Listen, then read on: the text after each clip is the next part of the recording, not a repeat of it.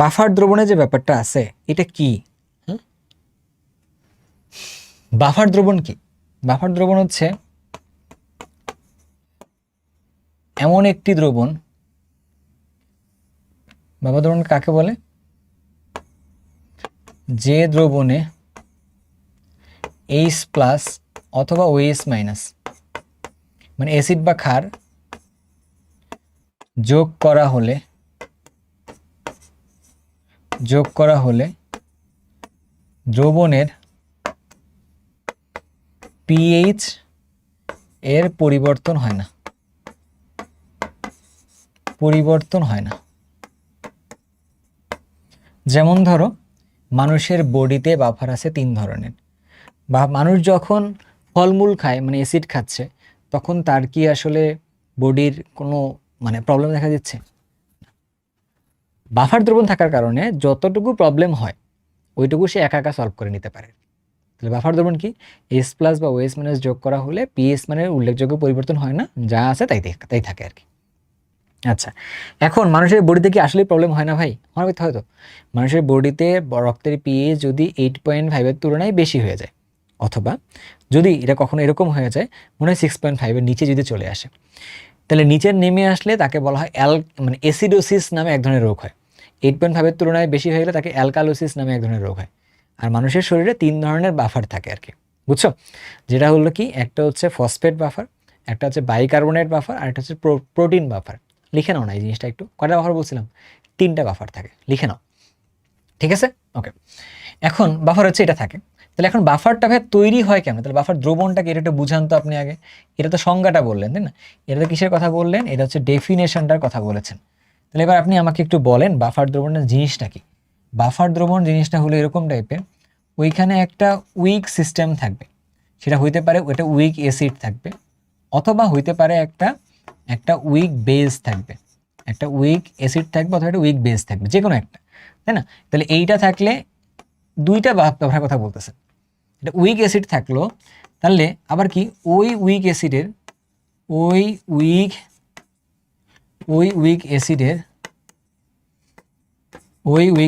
সাথে সবল ক্ষারের লবণ থাকবে আর কি, বুঝছো? ওই উইক অ্যাসিডের সাথে কি হবে? সবল ক্ষারের লবণ থাকবে। এটা হচ্ছে একটা বাফার।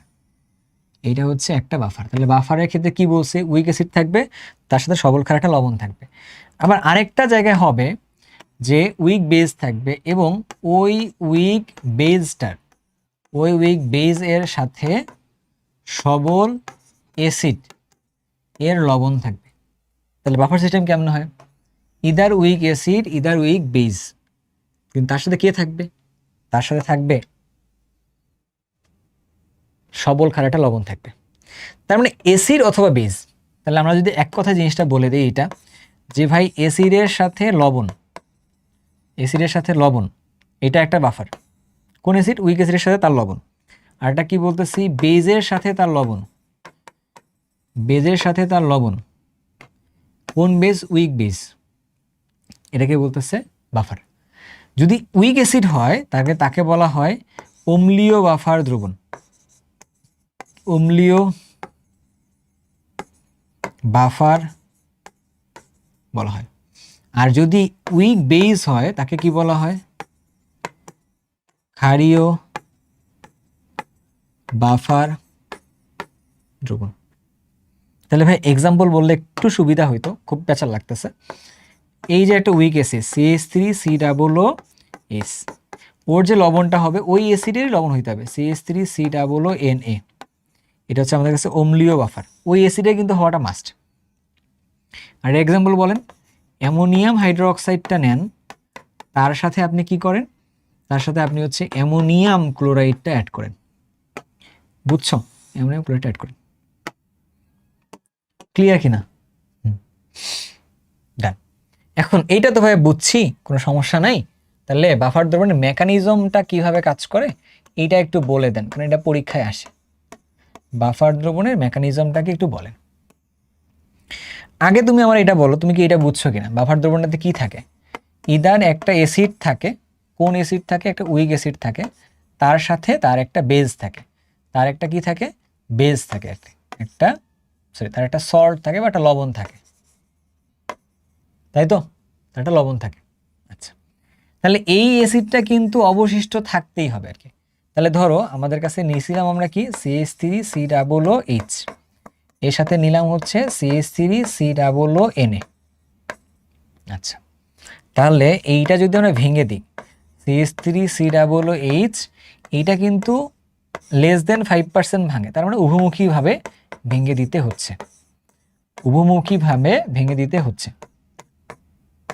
এটা এখানে কি হয়, CH3COONA এইটাকে তাহলে সবলভাবে ভেঙে দিতে হচ্ছে, তাহলে কি হবে, তাহলে এইটা CH3COO মাইনাসের সাথে সোডিয়াম প্লাস আঁকলে যাবে,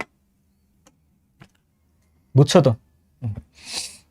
তাহলে আমাকে একটা কথা বলো, আগে তুমি এটা বুঝলা ভালোভাবে যে এইটাকে কেমনে ভাঙতে হবে। এইখানে যেহেতু সবল ক্ষার থেকে আসে, তাহলে এটা একমুখীভাবে ভাঙছে, এইটা উভমুখীভাবে ভাঙবে আর কি, গেল। এখন তুমি যদি এই জায়গায় একটা বেজ দাও, তাহলে এই বেজ কি করবে, এখান থেকে H প্লাসটাকে নিয়ে 1 মোল পানি আউট করবে। আবার এইটা যেহেতু উভমুখীভাবে ভাঙে, এইটার যতটুকু কমে গেল এটা অটোমেটিক সেটা ব্যালেন্স করে দিবে, তার মানে যতটুকু ঘাটতি হয়েছে ঘাটতিটা ব্যালেন্স করে দিছে। তাহলে কি পিএইচ বাড়লো বা কমলো? না, পিএইচটা স্টেবল আছে। আবার তুমি যদি এখানে একটা অ্যাসিড দাও, তখন তাহলে কি হবে, তখন এইটা দুইটা মিলে কি তৈরি করবে, এই অ্যাসিডটাই তৈরি করবে। মনে হচ্ছে অ্যাসিড বেড়ে গেল, না, এটা আবার যেহেতু ব্যালেন্স করে দিচ্ছে, সাম্যাবস্থায় থাকে, তার মানে কি ভাইয়া, এটা কোনো প্রবলেম আর ক্রিয়েট করতেছে না আর কি। এটাই হচ্ছে ওর মেকানিজমটা, এটাই তুমি সুন্দরভাবে লিখে গান কবিতা উপন্যাসের মতো করে লিখে দিবা। বাট এইটা যেটা আছে উভমুখী এবং একমুখী চিহ্নগুলোর কথা ভালোভাবে মনে রাখবে আর কি, বুঝছো? এইবার ঘটনায় আসো, সেটা হচ্ছে কি, তোমাকে যদি এবার বলা হয় যে এইটার ক্ষেত্রে মেকানিজমটা লেখো, অ্যামোনিয়াম হাইড্রোক্সাইডের সাথে অ্যামোনিয়াম ক্লোরাইড আছে, এটা মেকানিজমটা লিখতে হবে, তখন তুমি কি করবা, তখন তোমার কাছে সেম উপায়ে কাজ, অ্যামোনিয়াম হাইড্রোক্সাইডের সাথে তুমি উভমুখীভাবে বিক্রিয়াটা দিবা, দেওয়ার ফলে অ্যামোনিয়াম প্লাস OH মাইনাস দিবা। তারপরে কি হবে, অ্যামোনিয়াম ক্লোরাইড যেটা দিবা, এখানে কি হবে, অ্যামোনিয়াম এর সাথে এটা দিবা। তুমি এখানে H প্লাস দিয়ে দেখো ঘটনাটা কি হয়, 1 মোল পানি আউট হয়ে যায়। এখানে OH মাইনাস দিয়ে দেখো আবার ওইটাই তৈরি হচ্ছে আর কি, এটাই তৈরি হচ্ছে, তার মানে কি পিএইচ এর কোনো পরিবর্তন হচ্ছে না। তাহলে আমাদের কাছে মেকানিজম অ্যাসিডিক দিয়েও বলতে পারে, অ্যাসিডিক দিয়েও বলতে পারে, বেসিক দিয়েও বলতে পারবে, এটা কিন্তু পরীক্ষায় আসে, মেকানিজমটা পরীক্ষায় কিন্তু আসে। তাহলে এবার আমাকে একটা কথা বলো, বাফার দ্রবণ কখন হবে, যখন লবণও থাকবে, যখন আবার বেজও থাকবে, যখন লবণও থাকবে, যখন বেজ থাকবে, অথবা লবণ থাকবে অ্যাসিডও থাকতে হবে। তাহলে ম্যাথ করার সময় এই কথাটা মাথায় থাকতে হবে ভালোভাবে। আমার তো মাথায় ক্যাপ, আমার কিন্তু মাথায় থাকে না, তোমার মাথায় থাকে কি না এটা একটা ব্যাপার, বুঝছো? এবার যে প্রশ্ন আমরা করতেছিলাম, পাত্র এ পাত্র বি এর দ্রবণের মিশ্রণে অল্প পরিমাণে অ্যাসিড যোগ করলে H প্লাসের ঘনমাত্রা স্থির থাকবে কিনা। আচ্ছা, আমরা একটা কাজ করি, আগে এটাকে একটা সেফ দিয়ে নিই, হ্যাঁ, এটাকে একটা সেফ দিয়ে নিই, কারণ মনে হচ্ছে যদি সামহাউ ঝামেলা হয়ে যায় তাহলে তো বিপদ, ঠিক আছে? এখন ক্লাস তো লম্বা হয়ে গেছে মনে হয় অলরেডি অনেক কিছু, হ্যাঁ, তো কিছু করার তো নেই, পড়াচ্ছি তো তখন থেকে, কি বলো, পড়াচ্ছি না? যেহেতু ভাইয়া পড়াচ্ছে and তোমরাও পড়তেছো, কিছু করার নেই।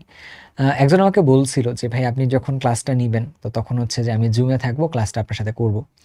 তো আমি সো সরি ফর দ্যাট, আমারও ইচ্ছা ছিল কেউ থাকতে পারলে ভালো হইতো, কিন্তু মানে এইটা ভালো হইতো না মনে হয়, তোমরা কেউ মনে করতে যে ভাই আমাকে সুযোগ দেয়নি অন্যকে সুযোগ দিছে, এটা কেমন হইতো আর কি, ঠিক আছে? লাইফ তো নিচ্ছি না, হ্যাঁ।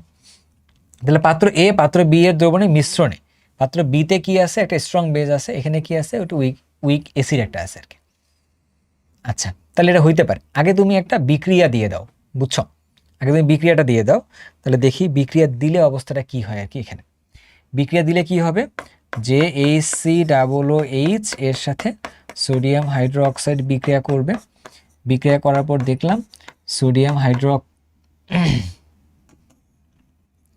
দেখলাম HCOONA এর সাথে হচ্ছে H2O তৈরি করছে। তাহলে কীভাবে কাজটা করতে পারি, এর মোল সংখ্যা লাগবে, এর মোল সংখ্যা লাগবে।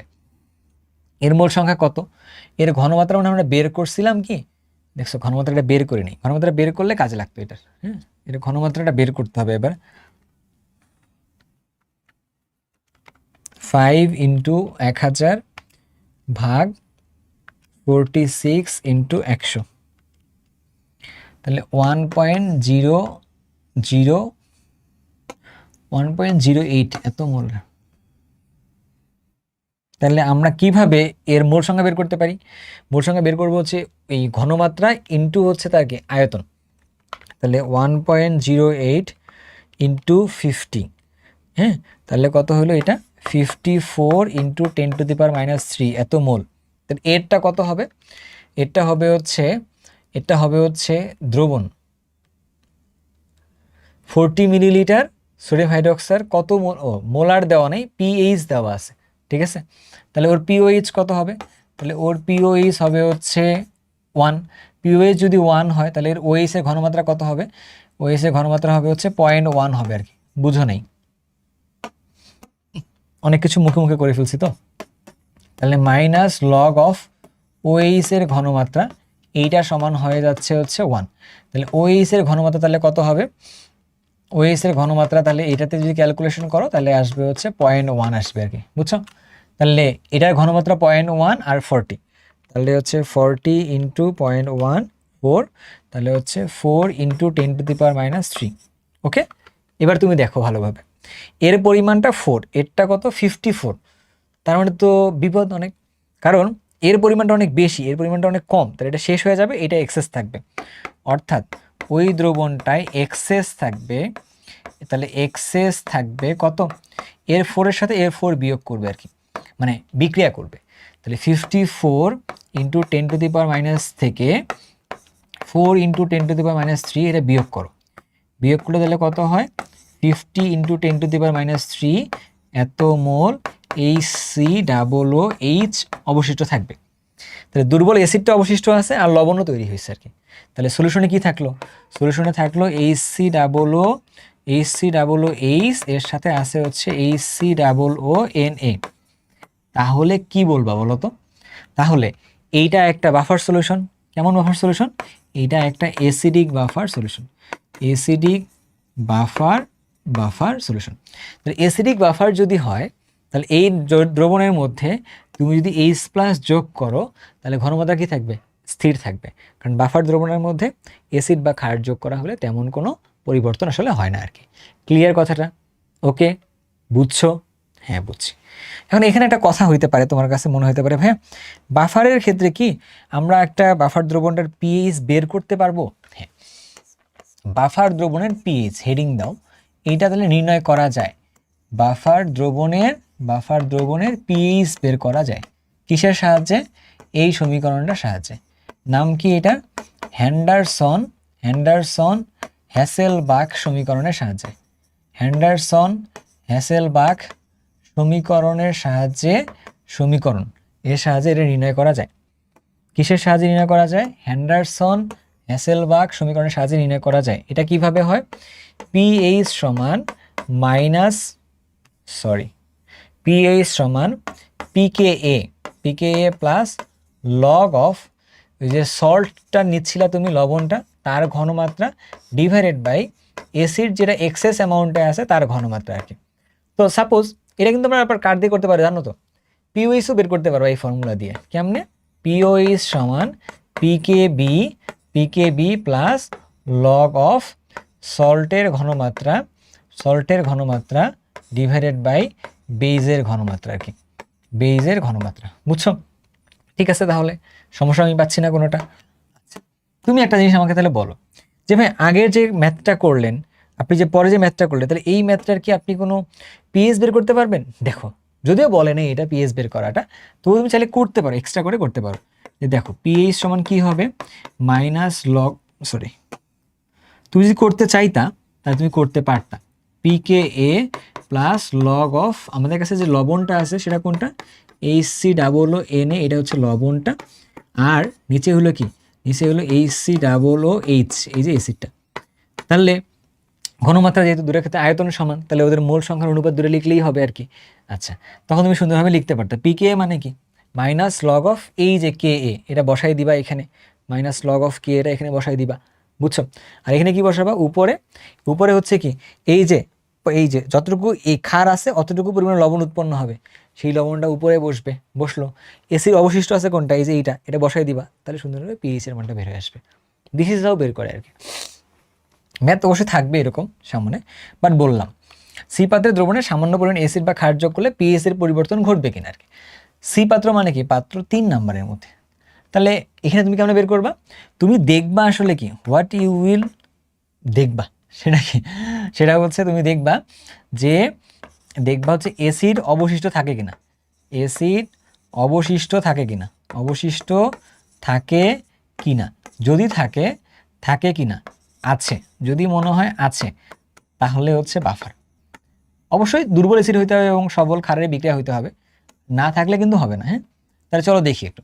এইটা 25 আর 0.25 আমরা একটু এখানেই লিখে দিই, তাহলে পুরোটা লিখলে হইল না আর কি। 25, তো এর পরিমাণটা কত, 6.25 ইন্টু 10⁻³ এটা হচ্ছে এর পরিমাণটা। এর পরিমাণটা কত আসতেছে, 0.25 ইন্টু 10⁻25, তাই না? এত, তাহলে তো একই জিনিস না, একই পরিমাণ, তাহলে 6.25 ইন্টু 10⁻³ এটা। তো দুইটার পরিমাণটা তো সেম আসছে, 1:1 অনুপাতে গেছে, বিপদ কিন্তু, তাই না? এখানে কিছু কি অবশিষ্ট আছে, তাহলে হচ্ছে কি বলতে পারি, এখানে অ্যাসিড অবশিষ্ট নেই, এটা অবশিষ্ট নেই, থাকতে হবে, থাকলে বাফার হইতো, যেহেতু নেই তার মানে এটা কি, এটা বাফার না, এটা বাফার নয়, এটা বাফার নয়। আর বাফার যদি না হয় তাহলে ওই দ্রবণের মধ্যে অ্যাসিড বা ক্ষার যোগ করলে পিএইচ এর পরিবর্তন ঘটবে, অর্থাৎ পিএইচ এর পরিবর্তন হবে, পিএইচ এর পরিবর্তন হবে, ঠিক আছে? আগে এভাবে লিখতে হবে, দুটো পরিমাণটা সমান ছিল, তার মানে হচ্ছে এর 1 মোলের সাথে এর 1 মোল বিক্রিয়া করবে, ওর 1 মোলের সাথে 1 মোল বিক্রিয়া করলে দেখা যাচ্ছে এখানে কিছু এক্সেস নেই, থাকলে এটা হইতো, আদারওয়াইজ না, বুঝছো? আচ্ছা,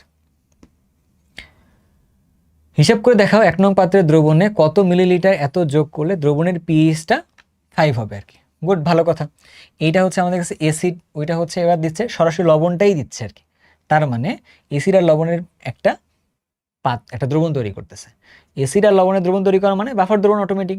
ওকে, তাহলে এবার আমরা সরাসরি হেন্ডারসন-হেজেলবার্গ সমীকরণটা ইউজ করি। পিএইচ সমান pKa প্লাস লগ অফ কি জানো, HCOO, তাই না? এইটার ঘনমাত্রা ডিভাইডেড বাই HCOOH, এইটার ঘনমাত্রা এটা। এবার দেখো pKa তুমি জানো, এটার মানটা দিয়ে দেওয়া নাই, সো তোমাকে এই মানটা মুখস্থ আকারে লিখতে হবে কি আপাতত। হ্যাঁ, তাহলে তুমি একটা কাজ করো, লগ অফ তুমি এটা লেখো, HCOO ডিভাইডেড বাই HCOO লিখলাম। তাহলে পিএইচ এর মান কত, পিএইচ এর মানটা হচ্ছে 5 মাইনাস লগ অফ 1.8 ইন্টু 10⁻⁴, বুঝছো? এটা হচ্ছে ওর কে এর ভ্যালুটা হচ্ছে এটা, বসাই দিলাম। তাহলে এবার তুমি আসবা যে এর মানটা কত আসে,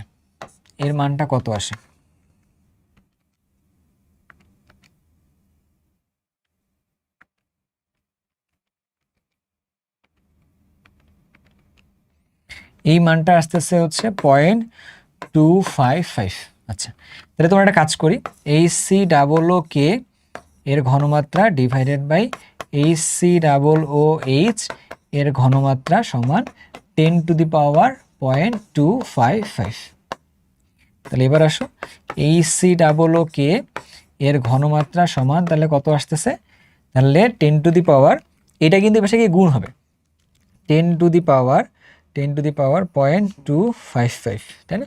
আচ্ছা, 1.79 এর সাথে এর দুইটা কিন্তু গুণ হবে, তাই না? এর সাথে এর ঘনমাত্রাটা গুণ হবে, S ইন্টু V, তাই তো? এখন দুইটার ক্ষেত্রে কিন্তু কি সমান না বলো তো, দুইটার ক্ষেত্রে ঘনমাত্রা দুটো কিন্তু সমান না, দুটোর ক্ষেত্রে ঘনমাত্রা সমান না হলে একটা বিপদ আছে এখানে, বুঝছো? আমরা এইটা কখন লিখছি জানো, সরি, দুটোর ক্ষেত্রে আয়তন কিন্তু সমান না, এই ফর্মুলাটা কখন লিখতেছিলাম, এখানে একটা জিনিস লিখে দেওয়া মনে হয় ভালো হইতো, একটু সরি এটার জন্য, হ্যাঁ। এটা কখন, এটা কখন, যখন যখন আয়তন একই, যখন আয়তনটা একই, হ্যাঁ, আয়তন একই, সেম। তাহলে আয়তন যদি সেম না হয় তাহলে এই ফর্মুলাটা কেমন লিখবেন ভাইয়া আপনি? তাহলে আমার মনে হয় তখন আপনি লিখবেন এরকম, পিএইচ সমান pKa plus log of N of salt divided by N of acid, মানে মূল সংখ্যা লিখলেই হইল। কেন ভাই এটা করলেন? দেখেন এন সমান হচ্ছে এস ইন্টু ভি, তো এই জন্য বললাম যে ভিটা সমান হলে জাস্ট এস এর পার্থক্য লিখছিলাম আর কি। বাট আমাদের কাছে যে ম্যাথটা করতে দিছিল ওই ম্যাথের ক্ষেত্রে এরকম করেন, একটু ঝামেলা করছে, বুঝছো? তাহলে একটা কাজ করতে পারলে একটু ভালো হয় আমার জন্য। এই দুইটা জিনিসটাকে আমি একটু মুছে একটু নতুন করে লিখে দিচ্ছি, তাহলে তোমার জন্য একটু ইজি হবে, আমার জন্য একটু ইজি হবে আর কি। তোমার জন্য ইজিটা না, মূলত আমার জন্য ইজি হবে, তাই না? আচ্ছা, তাহলে এটাতে কি লিখলাম? এন অফ সল্ট, সল্ট মানে ওইটা, N of salt divided by N of অ্যাসিডটা মানে হচ্ছে এটা। এটা কি হইল? N of H C double O K divide by N of H C double O H. আচ্ছা, এখানে কি হলো? N of H C double O K, N of H C double O H. এখন লিখতেছি N of H C double O K, তাহলে এই মোল সংখ্যা পেছনে গুণ হবে। তাহলে কি জন্য বের করলাম?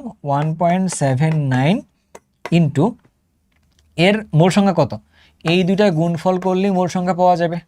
তাহলে কত হবে? 0.15 ইন্টু হচ্ছে 100 ইন্টু 10⁻³ বুঝছো? তাহলে দেখো কত আসে মোল সংখ্যাটা, 1.79 ইন্টু 0.15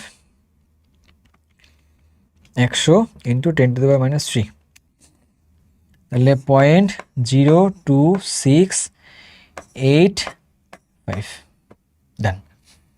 এইবার তুমি ঘটনার মধ্যে আসো, এর মোল সংখ্যা তাহলে কেমন হবে? তাহলে হচ্ছে লাগবে S of H C double O K into V of H C double O K, আমার লাগবে ভিটা। তাহলে V of H C double O K সমান তাহলে কত, এইটার পাশে যা ভাগ হয়ে যাবে আর কি, এত ডিভাইডেড ওই যে দেখো 0.1। ভালো প্রশ্ন ছিল একটা এটা, হ্যাঁ। তাহলে কত হইল?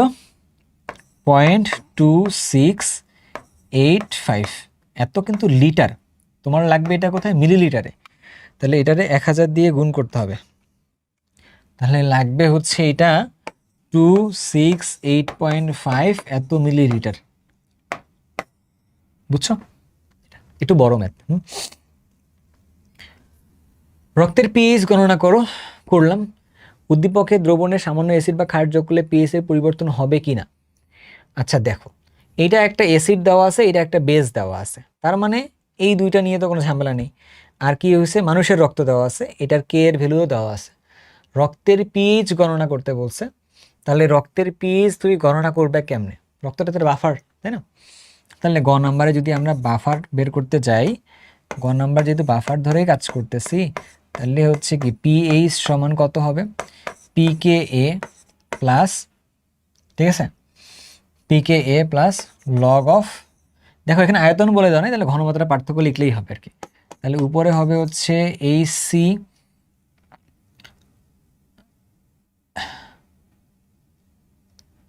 হ্যাঁ, তাহলে কি হবে? HCO3 মাইনাস এটার ঘনমাত্রা ডিভাইডেড বাই হচ্ছে H2SO4 এর, সরি, H2CO3 এর ঘনমাত্রা। তাহলে পিকে এর ভ্যালু কত? পিকে এর ভ্যালু হচ্ছে, পিকে এর ভ্যালু লিখতে হবে, তাই না? তাহলে মাইনাস লগ অফ মানটা কত? 3.98 ইন্টু 10⁻⁻7 প্লাস লগ অফ এর মান কত? এটার মান দেওয়া ছিল হচ্ছে 0.025, এর মানটা কত? 0.00002। এটা করলে এখানে একটা পিএইচ বের হবে আর কি, তাই তো? আচ্ছা, তাহলে এখন তুমি আসো পরের ঘটনার দিকে যাও, হ্যাঁ, এখানে অ্যান্সার বের হবে একটা। এবার আসো তুমি ঘ নাম্বারের দিকে যাও। তাহলে উদ্দীপকের দ্রবণে সামান্য অ্যাসিড বা ক্ষার যোগ করলে পিএইচ এর পরিবর্তন হবে কিনা দেখো একটু। তাহলে H2SO4, আমাদের বারবার H2SO4 বলতেছি, দেখছো? এই CO3 এটা আমাদের কাছে হচ্ছে একটা উইক অ্যাসিড, ওইটারই কনজুগেটেড বেস যেটা এই CO3 মাইনাস, তাহলে এইটার সাথে একটা সবল পার্ট ধরলাম সোডিয়াম পার্টটা যুক্ত করে দিছি, তার মানে এটা একটা সল্ট হয়ে যাবে তখন, তাই না? তার মানে ওই সোডিয়াম পার্টটা নাই, মানে পজিটিভ পার্টটা এখানে মেনশন করা নেই, বাট এখানে আছে। তাহলে উইক অ্যাসিডের সাথে সল্ট আছে, এইটার পরিমাণটাও আছে, এটার পরিমাণটাও আছে, তার মানে এইটা একটা কেমন, এটা হচ্ছে একটা আমাদের কাছে, এটা হচ্ছে আমাদের কাছে একটা acidic buffer solution, acidic buffer solution, acidic buffer লিখছি আর কি, বুঝছো?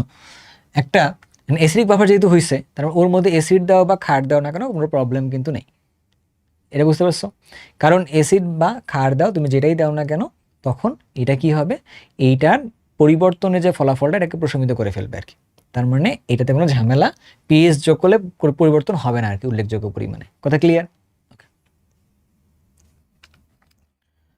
1 ও 2 নং পাত্রের বিকারক দ্বয়ের মধ্যে কোনটি মাটির পিএইচ পরিবর্তনে কাজ করে?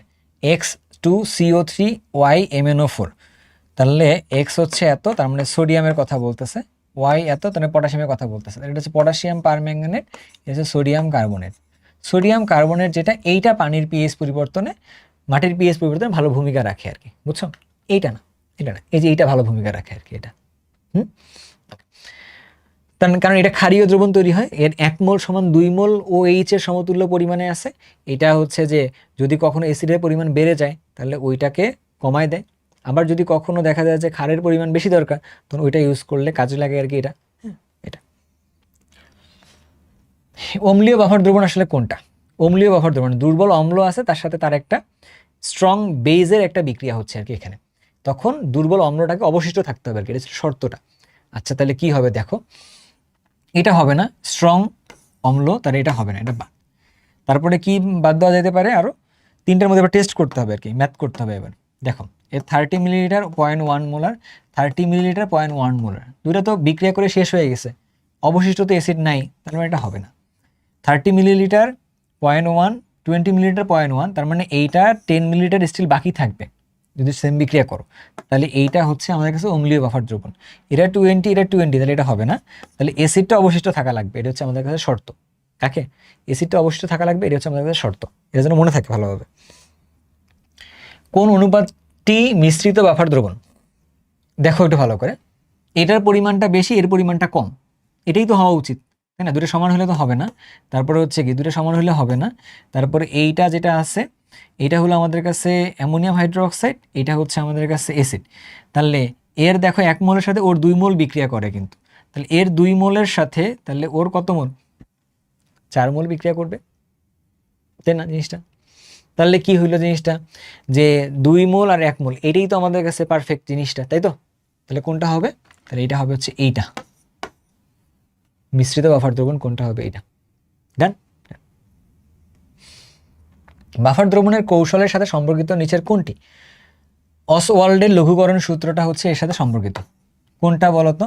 ওই যে আলফা কে এ সমান হচ্ছে আলফা স্কোয়ার সি, এখান থেকে কানেক্টেড আর কি জিনিসটা। হেন্ডারসন হেসেলবার্গ সমীকরণ দ্বারা কি নির্ণয় করা যায়? বাফার দ্রবণের পিএইচ গণনা করা যায়, বিয়োজন ধ্রুবকের মানটাও নির্ণয় করা যায়, ওই যে পিকে এ পিকে বি যাওয়া থাকে যেহেতু সলিউশনের মধ্যে, নির্ণয় করা যাবে। জ্ঞাত পিএইচ এর বাফার দ্রবণ তৈরি করা যায় আর কি। যেমন ধরো তোমার কাছে যদি বলি পিএইচ সমান pKa plus log of N of salt N of acid, তোমরা যদি বলা হয় অমুক পিএইচ এর একটা বাফার দ্রবণ তৈরি করো, তখন তুমি এই দুটোর অনুপাত দিয়ে করতে পারবা। তুমি চাইলে কে এর ভ্যালুটাও বের করতে পারবা, তুমি চাইলে বাফার দ্রবণের পিএইচও বের করতে পারবা। সো তিনটাই আমাদের জন্য কারেক্ট। অম্লীয় বাফার দ্রবণের পিএইচ নির্ণয়ের ক্ষেত্রে সমীকরণ কোনটা? পিএইচ সমান পিকে এ লগ অফ সল্ট বাই অম্ল, এটাই তো। তারপর কি হলো? অম্ল বাই লবণ, এটা হবে না। তারপরে কি আছে এখানে? পিকে সমান লবণ বাই অম্ল বাই লবণ, এটা তো হইতে পারে, বুঝছো? এটা কেন হইতে পারে দেখো, একটু ঘটনাটা দেখো, যে পিএইচ সমান হয়েছে, পিএইচ সমান হইল, এটা দেখি, আমি ভুল করতেও পারি, অনেকক্ষণ থেকে করাচ্ছি তো, তো শেষের দিকে একটু নজরটা ভালোভাবে দিতে হবে। তাই এটা হলো সল্ট বাই হচ্ছে অ্যাসিড, এটা হচ্ছে প্লাস মানলাম। যদি আমি কখনো এরকম করে ফেলি যে পিকে এ তার সাথে হচ্ছে যে log of A by S, মানে হচ্ছে কি এসিড বাই এটা করে তার সামনে মাইনাস চলে আসবে, তার মানে তো এইটাও কারেক্ট। পিকে এ মাইনাস লগ, দেখো উপরে গেছে লবণ অম্ল দিছে, নিচে দিছে লবণ দিছে, তারপরে এটাও কারেক্ট আর এটাও কারেক্ট, বুঝছো? If I am not wrong, মানে if I am wrong actually you can let me know. Okay, A ও বি দ্রবণের মিশ্রিত দ্রবণের বাফার ক্রিয়া আছে কিনা ব্যাখ্যা করতে বলছে আর কি। এইটা আর এটা দিবা বাফার ক্রিয়া আছে কিনা, তাহলে কি আপনি বের করবা যেন এই দুইটাকে আগে গুণ দিবা দেখো অ্যামোনিয়াম হাইড্রো অক্সাইডের সাথে তুমি গুণ দিবা কারে HCl-টারে দিবা, দেওয়ার পরে কি তৈরি করবে অ্যামোনিয়াম ক্লোরাইড তৈরি করবে, তার সাথে হচ্ছে H2O তৈরি করবে, দিবা। দেওয়ার পর কি এর পরিমাণটা কত, এইটা এটা গুণ করে দাও, দেখো কত আসে 30 × 0.001, তাহলে এটা হলো 0.03 ইন্টু 10⁻³ এত। আর এটার পরিমাণটা কত 15 × 1.8 10⁻⁵ ইন্টু 10⁻³ তার মানে হচ্ছে এটা তো অনেক ছোট, 2.7 ইন্টু 10⁻⁷, এটা অনেক ছোট একটা মান, আর এই মানটা হচ্ছে অনেক বড় একটা মান। তার মানে হচ্ছে কি এখানে হচ্ছে যে এটা হচ্ছে এক্সেস অ্যামাউন্টে থাকবে, অর্থাৎ এক্সেস অ্যামাউন্টে থাকবে হচ্ছে কত 0.03 ইন্টু 10⁻³ মাইনাস 2.7 ইন্টু 10⁻⁷, তাহলে এত মোল অ্যামোনিয়াম হাইড্রো অক্সাইড অবশিষ্ট থাকবে। যেহেতু এইটা অবশিষ্ট থাকবে আর এটা লবণও তৈরি করতেছে, তার মানে এটার মধ্যে বাফার ক্রিয়া আছে, তার মানে এটা কি বাফার হবে, এটা একটা বেসিক বাফার হবে আর কি, এটা যে বেসিক একটা বাফার হবে, তাহলে বেসিক বাফারের ক্ষেত্রে পিএইচ কিন্তু বের করতে বলেনি, বাফার ক্রিয়া আছে কিনা, হ্যাঁ আছে, ঠিক আছে। তুমি চাইলে বাফার ক্রিয়াটাকে অ্যামোনিয়াম হাইড্রো অক্সাইড এবং অ্যামোনিয়াম ক্লোরাইড দিয়ে এক্সপ্লেন করতে পারো ক্রিয়াটা, বাট নট নেসেসারি লাগবে আর কি, হ্যাঁ।